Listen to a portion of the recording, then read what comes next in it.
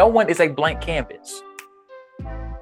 When we are born, we're blank canvases, but through the experience of life, you begin to form some ideas, begin to form some beliefs, begin to form some concepts that you hold as truths in your life. And some of them are convictions. I have this experience all the time when people come into my office where they might say a statement or communicate something to me that I may not necessarily agree with. I experienced even this week where somebody made a comment about a group of individuals and it made me cringe on the inside, but I recognize that though they might believe that, that's not my belief. And they'll never convince me otherwise because I'm very firm in my own personal convictions. And I recognize.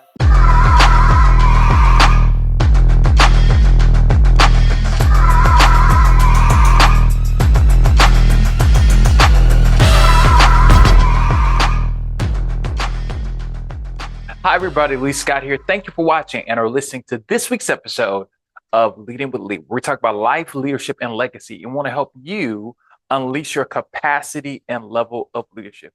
If you have not done it yet, go and subscribe to Leading with Lee on YouTube and all podcasting platforms. I want to get that out of the way before I get really into it. I'm so excited that you are back. As you know, I've been back for about a week now, and I've been excited to share some of the things that's been on my mind as it relates to leadership and what I've been thinking about over the last few months since I've been away. And this is one subject today that as we are going into an interesting time in the year for us here in America, and even just thinking about this idea in general, I wanted to talk about something today that we all have experienced. Now, we all have had the experience of shopping and looking for things at a store. And you went online and maybe just looked for prices or checked to see what the price might be for a particular item. So you set out to go to the store and find that particular item. It says it has it in stock. And so you go to the store and you show up and you take a screenshot of the price that you have for that item. And then you get into a conversation with somebody at the store, or you find the item and it's higher than what you expected. And there becomes a conversation that is had because you're saying to yourself, I thought it was this price, and according to what it says online, this is what I should be paying for this thing. And so there's a negotiation that tends to happen. You end up having a conversation with sales clerk or somebody there to clarify what it is the price of this item that I'm trying to buy. And this idea made me think about something that's happening a lot around us. Is I want to talk about this idea of leading with the facts. Leading with the facts, or lead with the facts. We're in a time very much so where there's a lot of spaces where people are getting information. And it's super important for us to know how to navigate those spaces and understand how we can articulate the facts that we have related to any situation. Before I get too far into this conversation, I do as I do every single time here on Leading with Lee. I want to give you my definition of leadership. I believe that leadership is seeing something that has not happened yet and taking people, organizations, and personal processes in that direction.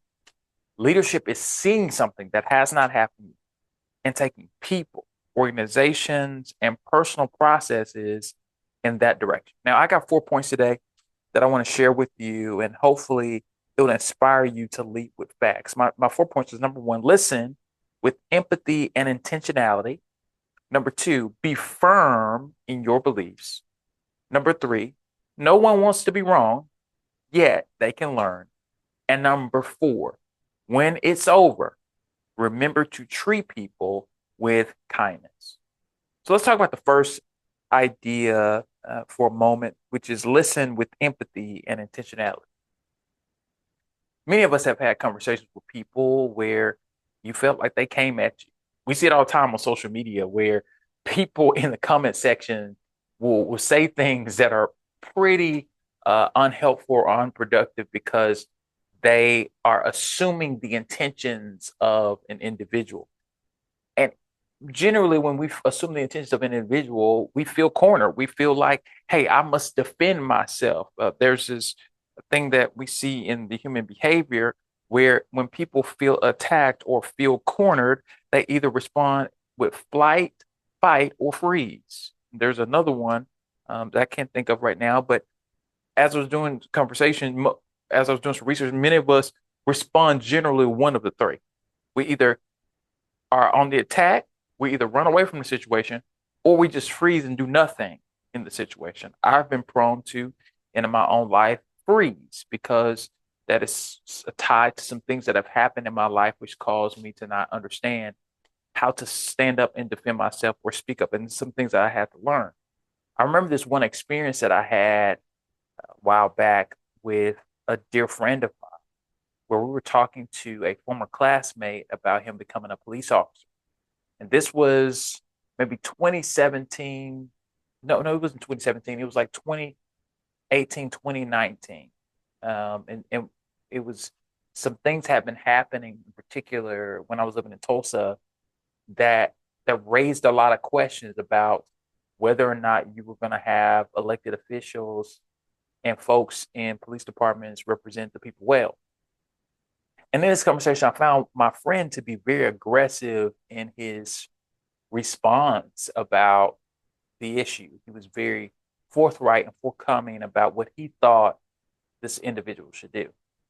And for me, I took a little bit of a different approach because I have complicated views about this particular subject.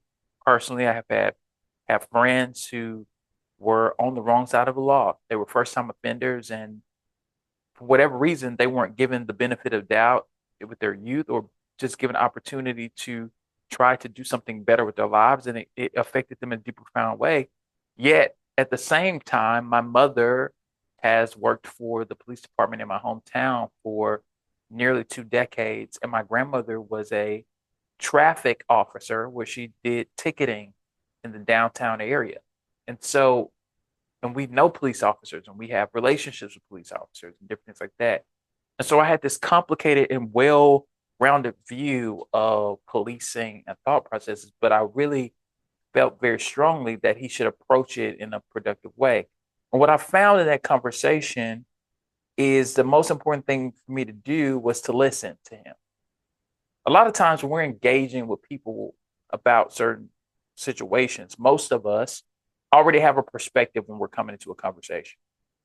We already have a view of what we think should be happening as it relates to the thing that we're talking about. So therefore, we're going to automatically come in with a set of values that's going to determine how we engage in those conversations. But it's important that we take the time to be intentional in how we listen and intentional what we say in those conversations. Because what I found out in that conversation, that my friend felt very strongly about what he thought about the situation, that he felt that a certain set of things was going to be important for him to say in that conversation.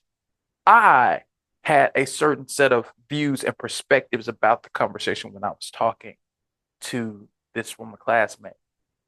And I ended up having a conversation with my friend afterwards, and I expressed to him, I said, hey, man, I felt like you were being combative, or I felt like you kind of came at me in an unproductive way. And it wasn't that I was against what you were saying or even spoke ill of what you were saying. I was answering his specific question and giving him some insight and encouragement on how to probably approach this in a space that's often very hard to work in. Law enforcement is a hard profession. We need police to be very effective in communities, but we also need them to have relationships in communities. We want to have public safety. We want people to feel safe in their communities. But it's a tricky job. So I was trying to articulate that to him, and it was difficult. And it may not be that for you. It may be something else. It may be a mending of a relationship that needs to happen. It may be some people that you don't really know. And we live in such a social media time, as I stated earlier, that doesn't give you the time and the ability to be empathetic in those moments. But let's think before we speak to them. Let's remember that these people who may be saying what they're saying may or may not believe what they're saying. but they could be given a perspective of what they might think is true based on what they've heard or who told them something or whatever. But us having the ability to be empathetic and say, you know what? I'm going to actually take the time to listen to what they're saying and figure out how to navigate through their grievances and navigate through their belief or navigate through what they believe is the thing to say in this moment and come out with a answer that is actually productive and can be a great influence to them in their lives.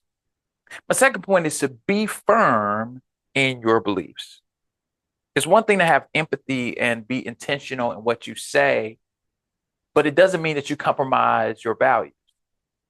One of the things that we fail to recognize in this day and time is that people can evolve. People can change their view about things. They can change their mind about something. But at the core, it's really important to know what your convictions are.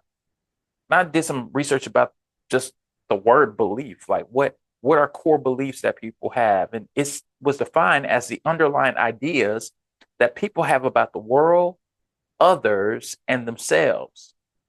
They can be positive, negative, or neutral, and they can develop in childhood through relationships and personal experiences. Your beliefs are often formed by your experience in life and in the lives of those you are connected to. I know that is very true for me. Me being an African American here in the United States, there are some perspectives that I have because of where I grew up and how I grew up. Grew up in the west and south side of Jackson, Mississippi. That has a way of coloring my belief about my blackness, my faith. Well, how do I engage in the world? Thinking about coming from a middle class family, folks, a working class, middle class family where folks worked hard every day. My mom and dad have been working all of their adult lives. They have never been wealthy folks. They've never had a bunch of things, but they have been hard working people who were the example in front of my brother and I and my god sister. They really, really cared about doing the right thing. They were people of service. They were people that committed themselves to helping others. That influenced the way I feel and saw the world. I went to college in the Midwest, went to community college, and I went to college in the Midwest for to finish my bachelor's and master's. That colored the way I saw the world. That colored the way I have seen my life. I've worked in the nonprofit space. I worked in the banking space. I work in education, right? I'm a brother. I'm a son. I like sports. I'm an uncle. I love history documents. All these different things, all these different experiences have colored the way that I view the world. And it doesn't mean that it's bad if somebody else has a different perspective or different view than me. It's just that my experiences and my core beliefs are shaped by what I have been through in my life. One of the things that's really important for you and I is that we have to recognize that no one is a blank canvas. When we are born, we're blank canvases, but through the experience of life, you begin to form some ideas, begin to form some beliefs, begin to form some concepts that you hold as truths in your life. And some of them are convictions. I have this experience all the time when people come into my office where they might say a statement or communicate something to me that I may not necessarily agree with. I experienced even this week where somebody made a comment about a group of individuals and it made me cringe on the inside, but I recognize that though they might believe that, that's not my belief. And they'll never convince me otherwise because I'm very firm in my own personal convictions. And I recognize that they may have a certain set of beliefs. And I really want us to think about this through the lens of anthropology, which is the study of society and culture. We can see how circumstances and situations happening, and it can actually make a huge impact on why people act a certain way individually and collectively. We see that all the time with oppressed people around the world. It's not an unprecedented thing for oppressed people to operate a particular way. You can get a whole set of groups of folks in your mind and see why they responded the way they responded, because oppression has a way of causing people to try to get their voices heard. Oppression has a way of causing people to protest. Oppression has a way of causing people to take sometimes extreme action because there's a set of beliefs that, hey, we are not valued in this political or social system. We are not seen as people that can have a seat at the table. So we're going to take actions that may or may not be productive. We're going to take actions to challenge the system. Some people go further than others. But the reality is that is a byproduct of a belief. That is a byproduct of a set of facts that made them come to the conclusion that they have no other option. That made them come to the conclusion that, hey, this is the only way we can get our voices heard. It made them come to the conclusion, if I want to be able to move forward in the society and culture, I have to take it upon myself to do particular things. And many of us have to be honest with ourselves about our beliefs. What are we believing about the world? What set of experiences have we had that causes us to think that we should do this specific way? We have to ask ourselves, why do we do what we do? There's this old story that I've heard so many times, but I'm going to share it on here if you've never heard it before. There's a story of this young woman who asked her mother, why does she cut the size of the bread off when she cooks bread? And the little girl asks her mom this, and her mom said, well, your grandma always did. She goes and asks her grandmother, hey, why do you cut the ends off the bread after you cook the bread? She says, well, let me go ask my mother. Come to find out, when she asked her great-grandmother said, the reason why we cut the ends off the bread is because the pan I had to cook the bread in wasn't big enough. So this one action of, hey, I don't have a big enough pan, led to a belief that this is what we're supposed to do when it comes down to making bread. That's a very common experience. The reason why you might do something the way you do it is not necessarily because you want to do it. It's just a tradition and a thing that you have been told is the correct way within the structure of your family, the structure of the community that you're in, the structure of the places that you engage in, school, whether it be church, whether it be organization that you're part of. All these things are shaped by a set of beliefs. It's okay to have a set of beliefs. Having beliefs is actually important to the lifeblood of a society. Your home has a set of beliefs. Your family has a set of beliefs.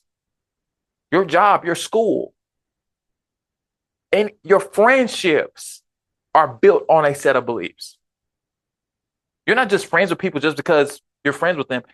There is a set of commonality in beliefs that even though you may not agree on everything, there's something that brings you into alignment that causes you to want to do life with this person. All of these things are part of that process. And so it's important for us to have a clarity of mind when it comes out to our belief system. Why do I believe what I believe? Why do I think the way I think? Why do I operate the way I operate? Like that's the driver for you. You got to know, why is it that I operate the way that I operate? It's not by happenstance. Again, as I said earlier, you're not a blank canvas. There have been things in your life that have influenced you. Going back to the definition, there have been things in your life, whether it be positive, negative, or neutral, that have influenced what you think and how you feel and what you believe. It's just a reality. And so you have to do an analysis of why you believe what you believe. Why do you think the way you think? And let's be clear, the way you think might not even be bad. If it's not harmful to other people, it's probably not bad. But needless to say, you have to have a clarity of understanding of why you think the way you think. Because see, here's the thing. At the end of the day, when it really comes down to it, you have to live with the realities of why you think the way you think. Listen, life experiences has a way of changing you. I experience this all the time in conversations with people where literally I'm talking about things that are happening in my life and they may have a particular view, and it, based on my experience, it might change them a little bit.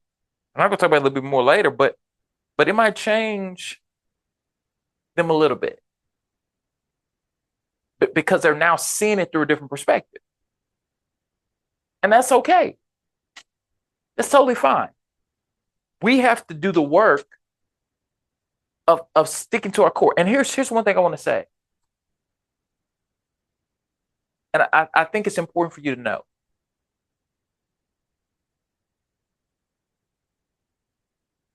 Methods should evolve, but values shouldn't. Methods should evolve, but values should. I like to make the comparison of one that's easy for most of us to understand. If we think about firearms,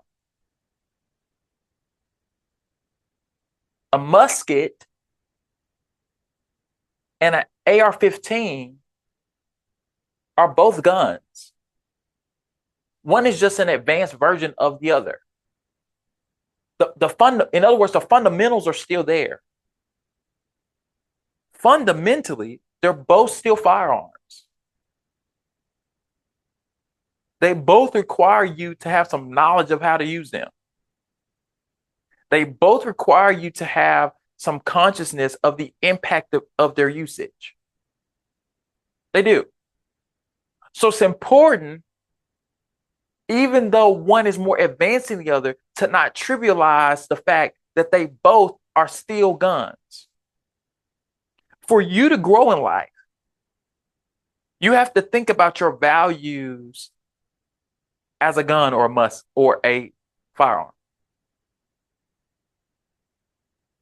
Principally, they're still the same, but their use and their growth and their ability to evolve changes. It doesn't change that the core thing is the same. It means that it has evolved to be relevant in the time that it's in. Being relevant does not mean you're compromising. Being relevant means that you understand the moment and you know how to articulate your beliefs in the moment that you are in. And for many of us, we don't have the humility to actually figure out what's another strategy that I can use to talk about the things that I feel like are the most valuable to me. What are the things that I can say and do to help me come into situations where I can literally influence people in a positive and productive way based on the fact that I can see it differently and I can articulate those things, even though I have not changed what I'm saying. I'm changing how I'm saying it. I know how to do that. And that's important for you in your development as a leader. It is. It just is. You want to always be relevant. But even in leading with facts, even to talk about the facts, some things are just literally what it is. There is no gray area to them. There isn't. There's some finality to those things.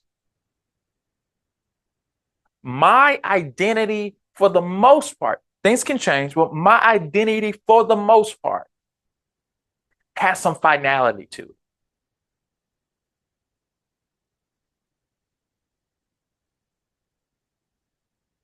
One thing I definitely cannot change is my race. I'm an African American. That's just what it is. I can't change that. In America's social construct, I am a Black American. And so therefore, I have to understand, how do I engage in a way that is productive for me? Because that's something I can't change. I can't change that. I'm going to get older every year. By God's grace, if I keep living, I'm going to get older. That's a fact. It doesn't matter how much hair coloring I put in my hair. It doesn't matter how many supplements or anything I might take to try to change. I'm going to age. That's a fact. I'm going to get older. My body is going to change. My health, in some way, shape, form, or fashion, even if I'm an extremely healthy person, is going to change. That is a fact. That's not going to change. That it doesn't matter how many remedies, how many supplements or whatever I might take. The reality is that's going to change. That's a fact. I'm going to keep getting older. So in getting older, I must lead my own life with knowing that I have to live a particular way that makes me feel happy at the end of my life about my decisions that I make. That's important. It's important for you and I, because to be an effective leader, to be an effective individual that's engaging in our lives to go forward, we got to lead with some facts. We got to know what our core beliefs are. Know what we are yielding ourselves to. Know why we are doing the things that we're doing. Why we believe the things that we believe. It's okay to question your own beliefs, because you need to believe them for yourself.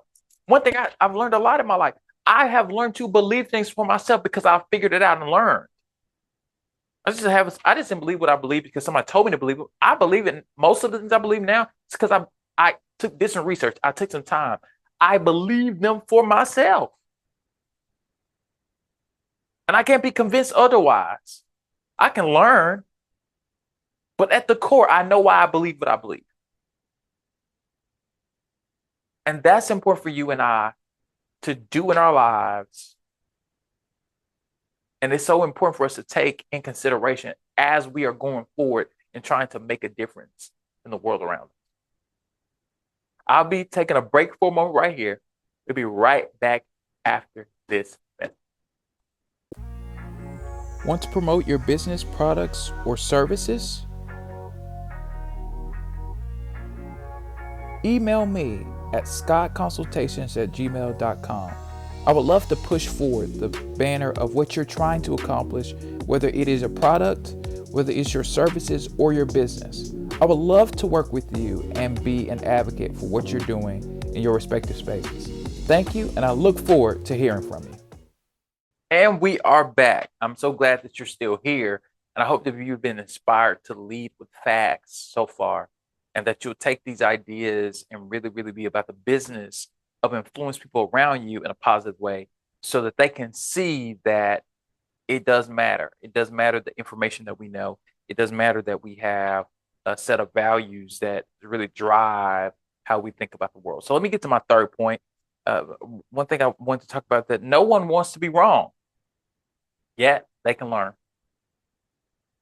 One thing that I talked about a little bit earlier was the experience of talking to folks and how I saw a friend of mine respond to some situations that were very, very combative.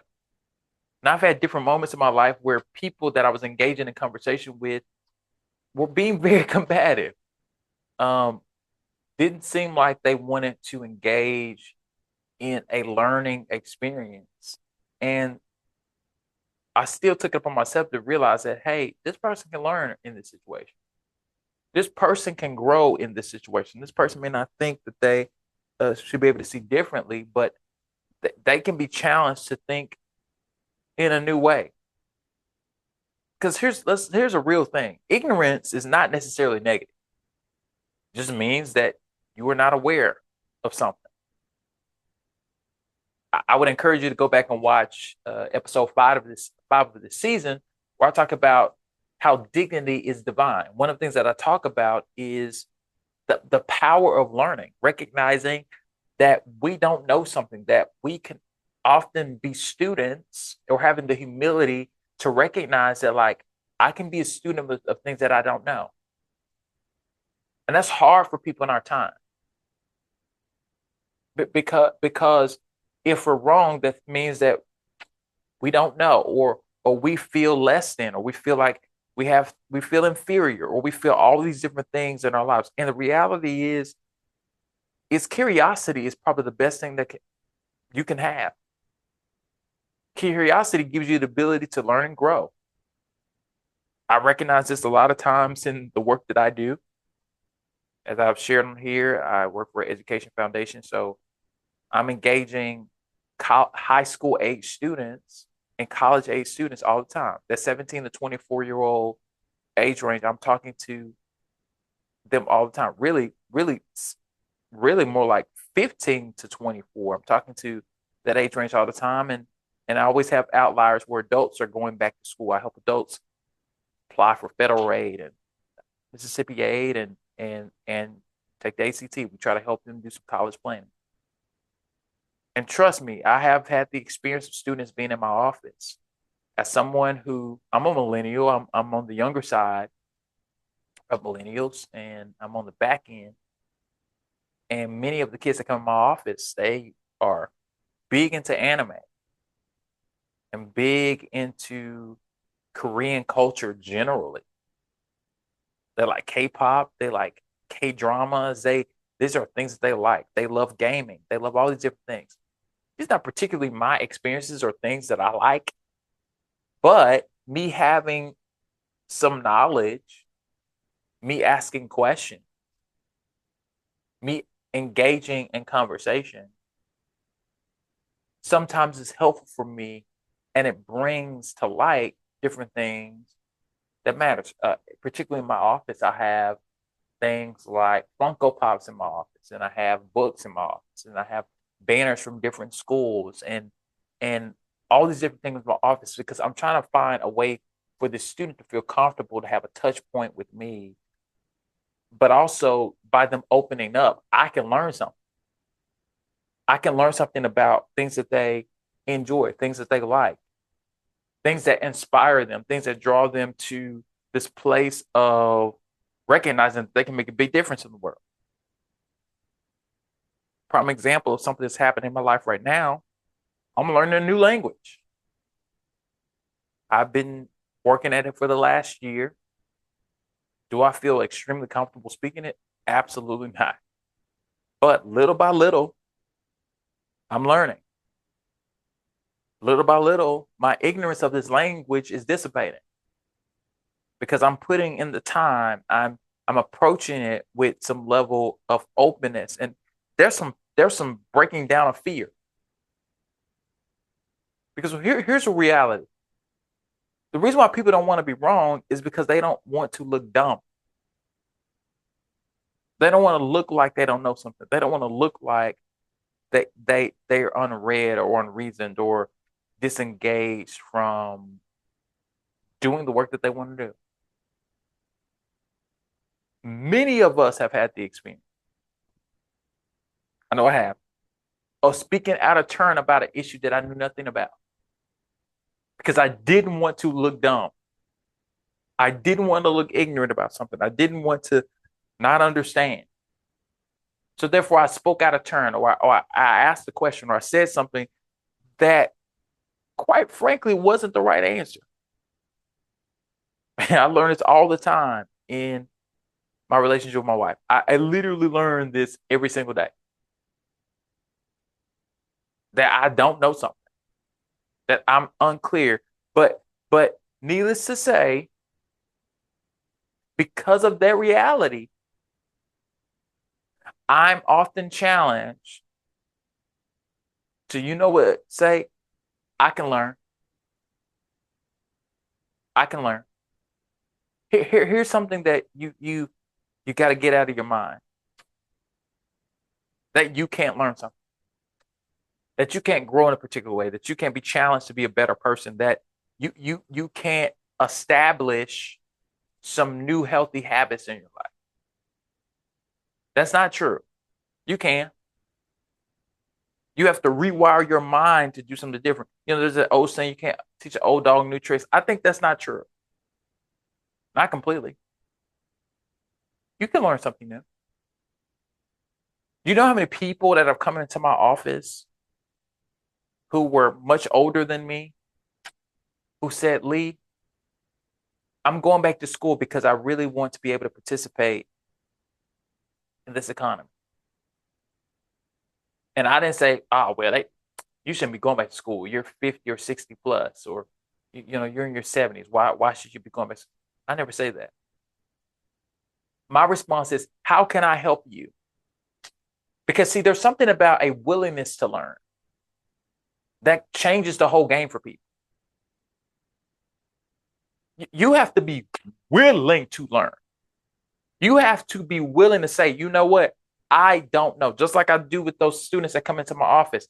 I'm amazed that at this point where the kids that come into my office now are reminding me of the years that I was in school. The year they were born, I remember what year of school I was in. I'm like, man, that's wild to me. I never thought I could get to this place in my life. So it's a reality. But I will tell you, in these experiences with these students, every single day, I'm being reminded, Lee, you have the opportunity to learn something. You have the opportunity to grow in a particular way. You have the opportunity to go forward. And my hope is that as we're talking about this subject, and I mean, we're engaging on this particular topic, that you will believe that you can grow and learn. Learning is not a bad thing. It really is. It's the greatest thing. And like I said this in the first leading with Lee, the moment you stop learning, you'd start dying. You do. The moment you stop growing, the moment you stop evolving, the moment you start changing, you die. Let's be clear. Many of us do not dress. I've used this example before. Many of us do not dress the same way we dressed 10 or 15 years ago because we evolved. We changed. And that's okay. It didn't diminish your past. It didn't mean that you did something terrible because you dressed a particular way then. Okay. You just evolved.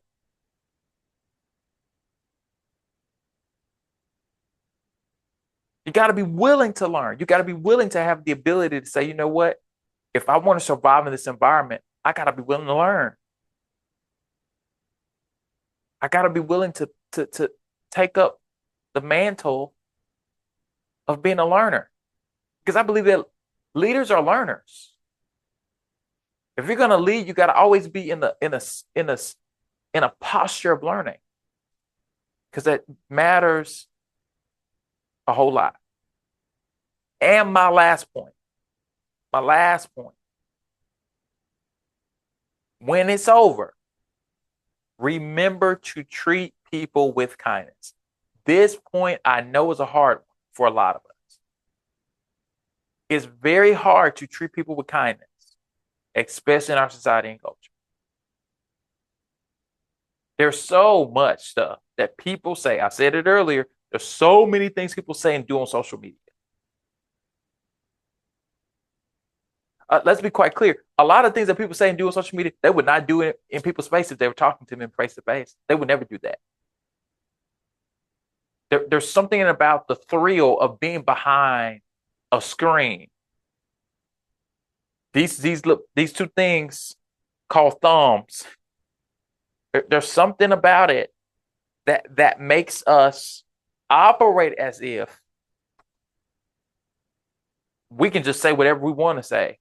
Behind these two thumbs, we're saying and doing things that are very destructive.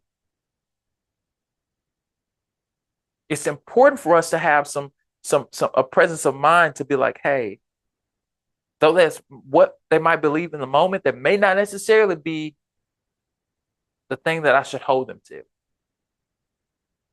There's a quote by Khalil Gibran that says the smallest act of kindness is worth more than the greatest intent.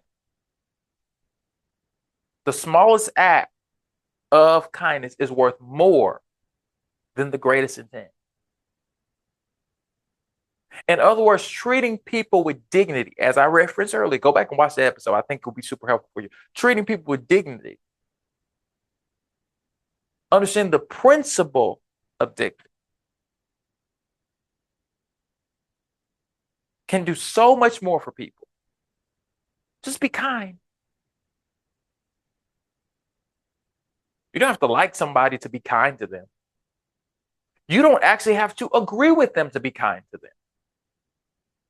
Because let's be clear, there are going to be people that just disagree with you. It may not be anything that you did. They just don't have the same values as you. They don't have the same core beliefs. So therefore, that's going to cause friction and contention. You're just going to bump heads. It's just what it is. And that's okay. But even in the midst of your disagreement, it is incumbent upon you to still treat them with kindness. Now, some of you saying, well, I don't necessarily have to do that with people I don't know. Well, what about the people you do know? What about the people that's in your family that you have to see at Thanksgiving this year? That you have to see at Christmas time this year? That you have to see for family reunions or holidays or different things? It's a choice to treat them with kindness. Listen, you don't have to get into discussions about social things or cultural things. And trust me, there are a lot of people that are dealing with the complexity of having a different view than family members right now. And I understand it. I get it. I believe in protecting your peace. But here's also what I'm saying. What I'm also saying is that it is okay to still treat them with kindness, even though you don't agree with them. Because here's the thing. Kindness is a privilege to experience. It is. Because you never know how much your kindness can change their belief or their thought about how they can operate in the world. You never know if you take the time to treat someone kind, that it could uplift their soul or their spirit in any particular way. I remember this experience as a kid, how at the elementary school I went to, Lake Elementary, I remember there was this particular lunch lady that she always seemed to be very, very combative with students. She'd always seem like she wasn't in a good mood. And I can remember quite clearly. I don't know why I did this, but I made up in my mind every single day. You know what? I'm going to say something nice to this lady every day. And I started doing it. And it got to a point where she was so nice to so many students. Anytime I came through the line, she was waiting for me to say something nice to her. And I enjoyed doing it because I knew it made her day. But I did it because I realized now that what I totally realized then is that she just needed someone to treat her with kindness. I didn't know what that lady was dealing with outside of the school, that she was outside of school. I didn't know. Who knows what she might have been experiencing in her home? Who knows the battles she might have gone through? Who knows every single day what she was dealing with? But just a simple act of kindness. Me saying to her, I like your brooch today. You have a wonderful smile. You seem like you're enjoying yourself today. How are you? Made a huge difference in how she approached the work that she was doing. What am I saying to you? Is that in order for our world to change, in order for our society to change, In order for people to see themselves in a different light, the best thing that we can do for people is treat them kindly. It doesn't mean I have to like you to treat you kind. We don't have to be best friends for me to be nice to you. You do not have to be best friends with a person to treat them with kindness. Kindness is a free gift. Give people things that they may or may not deserve. It could change them in a moment. For some people, it won't change them. Let's be clear. For some people, it won't change them. But it will leave an impression upon them. It will. You being kind to people has an ability of leaving an impression. I did not know that when I was 9 or 10 years old. I just got it in my mind. Lee, treat this one with kindness. It changed her whole approach to children at our school. I realize now as an adult that kindness is a gift. That it is my job to try to engage with people who may be getting information from different places, who may be thinking about the world from different places. Let's be clear. We all don't read the same news sources anymore. We all don't get our news and our information from the same places anymore. We don't. But even in the midst of that, even in the midst of the stratification of information and people believing different things, and people having seemingly conflicting beliefs, I can still treat you with kindness and dignify your beliefs. I can still take the time to help you learn something. I can still hold on to my core values. I can still listen with empathy and intentionality, because it's more about us moving forward than us coming to a place where all we do is butt heads. That's their old adage. There's an old adage that talks about getting people more, using honey rather than vinegar. Maybe butchering it, but the whole goal of that adage is to bring up the fact that I could actually be drawing you in by being kind to you than being mean to you. This is important for us to keep in our mind. I've said it on here before. This is an election year here in America. We're going to need some people to lead with kindness. You know, everybody's focused on the national. We're talking about state, local. Like, we're going to need people to lead with kindness. We're going to need people to engage in a way that is helpful to all people. Kindness is the key. Hear me. Kindness is the key. Your communities deserve you to operate with kindness.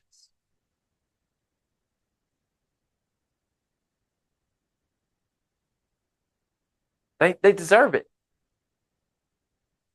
They deserve people like you engaging in a productive way that makes a huge difference in the lives of others. I hope that you'll be inspired to lead with kindness, because people are depending on you and people are entrusting you to make the world a better place. Much love, and I'll see you next time here on Leading with Lee. Thank you for watching and or listening to this week's episode of Leading with Lee. If you have not done it yet, subscribe on YouTube and all podcasting platforms. If you want to get more information and connect with me, visit me at www.leeascott.com or follow me on Facebook, Instagram, and Twitter at Lee A. Scott II or Lee A. Scott II. So, thank you for watching. Much love, and let's get started.